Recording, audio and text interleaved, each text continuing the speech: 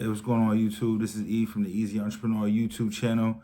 And you guys know I flip diabetic supplies full time. And how we do that is we buy diabetic supplies from the patient who has unused and unexpired diabetic supplies. They always have extras. They get prescribed tons of this stuff. And there's several reasons why they want to sell them, right? They might be changing meters. They might be changing a different diabetic supply product. They might feel like they don't need to test themselves as much because, they're starting to become a little bit more healthier, stuff like that. And then we buy those supplies and then we sell them to wholesale vendors who, we buy them, they buy them from us by the bulk or whatever. And they probably sell them back to pharmacies and little things like that. But this video is about what are the condition of the supplies we buy, right? So the condition of the supplies that we buy, right? The supplies can't be expired. They have to be a specific date. They can't expire, first of all, and they have to be a certain amount of months dated out, right? And they can't be, and we can't buy anything really before that date. So they can't be expired, and they have to expire a few months out. It can't be like we can't buy a supply where today is November 1st and the supply is gonna expire December 1st. We can't buy that, right? That's still kind of considered expired, right? We can't buy supplies that are crushed.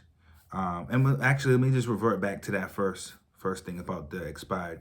You're gonna find sellers who are gonna have expired stuff, but you'll also find people who don't have expired stuff. A lot of people don't have expired stuff, but you'll find people who have expired stuff here and there, but we have certain things that we prep them.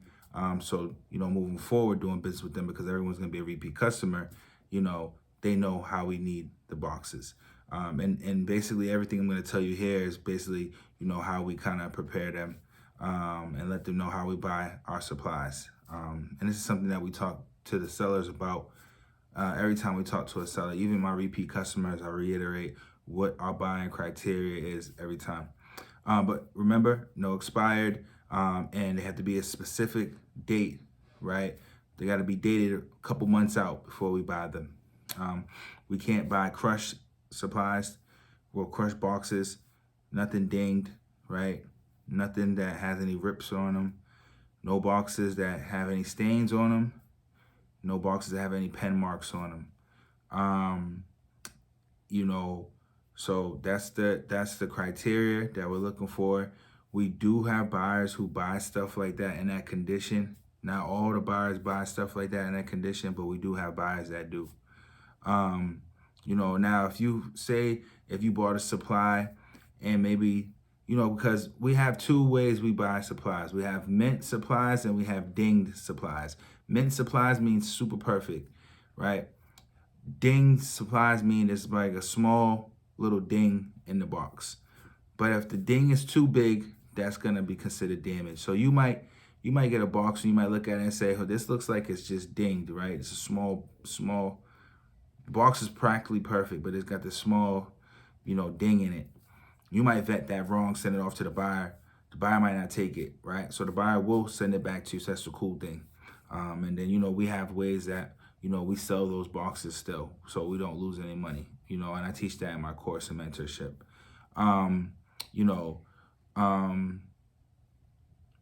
Yeah, we have some buyers who buy short dated. So short dated is basically what I was talking about in the beginning, where the box is not expired, but the box is going to expire 3, 4, 5 months from now. That would be considered short dated.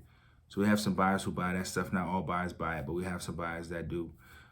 There's some supplies in there. There's probably like 1 or 2 supplies that buyers buy expired just because that supply just works regardless. I guess as far as time goes, it just always works. There's like 1 or 2 supplies that are like that. Some of the stuff that you come across with these sellers, some of these sellers will try to glue boxes together. They'll open the box. Who knows what they did inside the box? I've seen stuff, not personally, but I've seen other people have situations where people put stuff inside the box, glued it, and then gave it to people. So you get it, you feel it feels nice and heavy, feels like there's stuff inside of it, the supplies are inside of it. Then you get it, and then you might send it off to the buyer. The buyer's noticing something's a little off about the box, because with glued boxes and factory glued boxes, they look totally different. But people can get away with it. But you once you get a couple of glue boxes, under your belt, you'll start to see what the difference is. Like, oh, I can see the difference between a glued box that someone glued and the difference between a box that's factory sealed.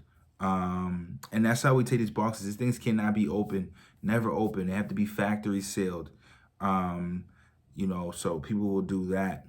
But we let sellers know how we need these boxes. Sometimes the sellers can be very combative and say, hey, the supplies never been opened though, or never been used, right? But these supplies, right, it's a box. Some of these the test strips will come in a box, and then it'll come in a vial. The vial will be inside the box. So that vial doesn't have a factory seal. So once that seal is broken on the box, that vial just pops open. You just pop it open and close it. So there's no way to know if someone didn't use it. You know what I mean? Even though there's 50 test strips in each vial or whatever boxes you got, it's really hard to know, But that's just a little bit about like the criteria that we're buying when it comes to these supplies. I go a little bit more in depth. Definitely go a lot more in depth in my course, my mentorship.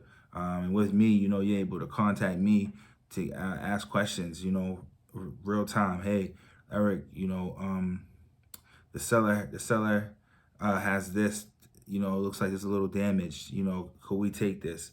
You know what I mean? Because learning like what supplies to buy as far as like damages and stuff like that, it takes some time. It's something that we kind of always make a mistake on. I don't think you can ever be really perfect about it, because sometimes there are supplies you might tell a seller you can't buy because they're damaged, but then again, sometimes these buyers will take it. So sometimes you'll see stuff where you're like, man, that looks really good, but it just got that issue. You don't want to miss out on that money and tell the seller to hold on to it. So, sometimes we get greedy and be like, yeah, we'll take it. Sometimes though, if something's really messed up, I'll pay, I'll offer a seller a really low price and just say, hey, if you don't want that price, that's fine. You can hold on to it. You know what I'm saying? But there's other ways to sell these supplies too that we don't take, like damaged stuff, expired stuff. There are ways to do that, right? We have buyers who do it, and there's certain platforms out there that you can sell this stuff as well. But yeah, learning, being able to vet these boxes, it's kind of a skill. It's kind of something that builds over time. I tell people, don't worry too much about it. Learn as you go. You don't want to have paralysis analysis or whatever the word is. You don't want to have that. I've had people who have deals on the table. They're like, yeah, I got 8 boxes. The seller called me with 8 boxes, but I got burnt on a box before, and they're just really afraid to buy this next box. Me, I'm going to go buy it, right, and just take my chances. Obviously, I'm going to vet it. I'm smart enough to know like what's what, but I'm not going to let one bad egg ruin everything. You know what I'm saying? And I always reiterate this to people, like, you got to make mistakes to be successful.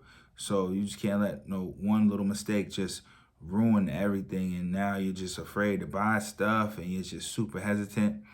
I do understand you guys don't have a lot of money to be just out there blowing, but look at it long term. Like, hey, I'm in this for the long term. I want to learn, so try to make as many mistakes as fast as possible. But my mentorship and my course helps you get through that. You know what I mean? Very fast. You know what I mean? You guys don't go out there and try to figure this thing all out yourself. Come on my channel, come on everybody else's channel, try to piece everything together, and then 7 months later get started, then go through all the mistakes for another 3, 4, 5 months. When you just get into a mentorship, learn really quickly, be up and running in a day, and never have any of the mistakes that the average newbies usually have, right? So yeah, guys, I'm going to be dropping content every day. Like this video, subscribe to the channel. course down below. If you're having any issues clicking any links, like I said, I've been changing platforms. So just text the number and we'll get you set up. All right, peace.